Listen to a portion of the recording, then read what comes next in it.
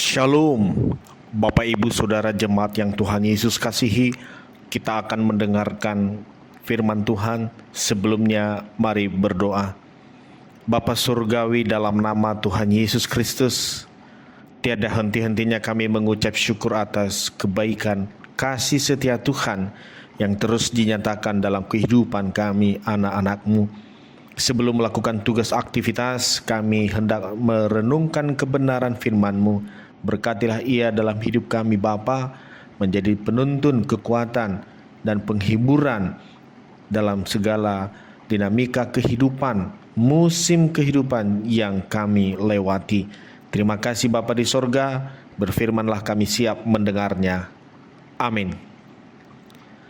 Yeremia 31 ayat 1-6. Saya membaca ayat 3. Dari jauh Tuhan menampakkan diri kepadanya. Aku mengasihi engkau dengan kasih yang kekal. Sebab itu aku melanjutkan kasih setiaku kepadamu.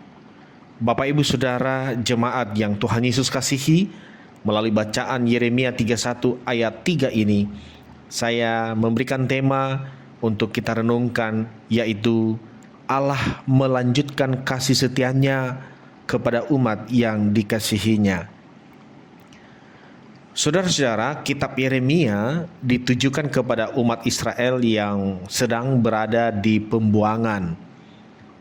Ayat nas pembacaan kita tadi, ayat 3. Kehadiran Yeremia sebagai seorang nabi Israel tentu saja memiliki fungsi sebagai perpanjangan lidah Allah dalam menegur dan memperingatkan umat supaya tetap setia dan taat kepada Allah. Ketaatan kepada Allah ini ternyata mulai tercampur dikarenakan umat Israel yang sedang dalam pembuangan mulai berinteraksi, bersinggungan dengan praktik agama lain, dan kesetiaan mereka kepada Allah pun mulai memudar atau luntur. Memang ada beberapa tema utama yang selalu menjadi sorotan kitab Yeremia. Misalnya perihal paham Yeremia tentang Allah, tegurannya kepada penyembahan berhala yang dilakukan oleh umat Israel, masalah moral dan etika bangsa atau umat Israel, kemudian tantangan nabi-nabi palsu yang membelokkan umat dari Tuhan. Selain itu, harapan pemulihan Israel juga menjadi bagian yang tidak kalah banyaknya dalam kitab Yeremia ini. Demikian juga dalam pasal 31 ini, harapan pemulihan umat Allah sedang kembali disuarakan oleh Nabi Yeremia. Menariknya, Bapak Ibu Saudara jemaat yang Tuhan Yesus kasihi, pemulihan umat Israel itu dimulai dengan pemulihan hubungan dengan Tuhan. Ya. Hal itu dengan jelas dikatakan di ayat 1. Bahwa Allah menyatakan dirinya menjadi Allah segala kaum keluarga Israel dan mereka akan menjadi umatnya. Mengapa demikian? Patut diduga bahwa karena lamanya waktu pembuangan dan percampuran penyembahan kepada ilah-ilah lain, sehingga umat lupa bahwa Allah yang memanggil nenek moyang mereka keluar dari tanah perbudakan adalah Allah yang patut disembah. Setelah deklarasi tentang diri Allah, maka pemulihan Israel sebagai suatu bangsa dilanjutkan lagi dengan kasih Allah yang kekal bagi umat pilihan. Ayat 2-3. Artinya, selain menyatukan berbagai suku Israel, Allah adalah setia dalam kasihnya kepada umat pilihan. Dan kasihnya itu tetap sama, baik dulu kepada nenek moyang Israel, maupun generasi mereka di mana Yeremia hidup. Jadi berdasarkan sifat kasih Allah yang kekal itulah, maka Allah seterusnya akan membangun kembali umat Israel yang tercerai-berai dalam pembuangan itu. Ayat 4. Bahkan Allah menjanjikan bahwa Israel akan kembali ke tanah perjanjian dan menjalankan aktivitas sebagaimana mereka sebelum mengalami pembuangan, yaitu dengan bercocok tanam. Ayat 5. Dan juga menyembah Allah di gunung Allah, yaitu di Sion. Ayat 6.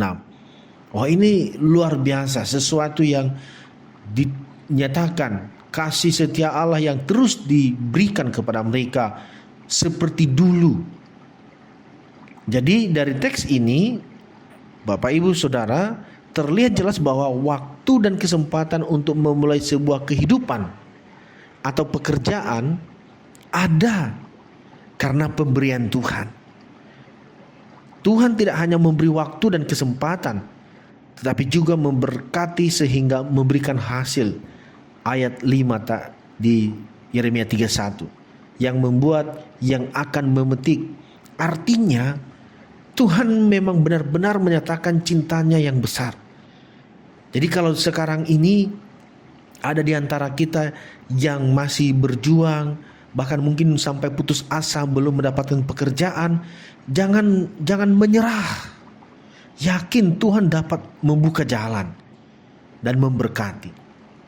Jika sampai hari ini bagi kita yang masih bisa beraktivitas, bekerja setiap hari, itu hanya karena kebaikan Tuhan. Oleh sebab itu, baik yang masih bekerja, yang terus bekerja, yang sudah ada pekerjaan, terlebih bagi yang belum mendapat kesempatan, jangan menyerah.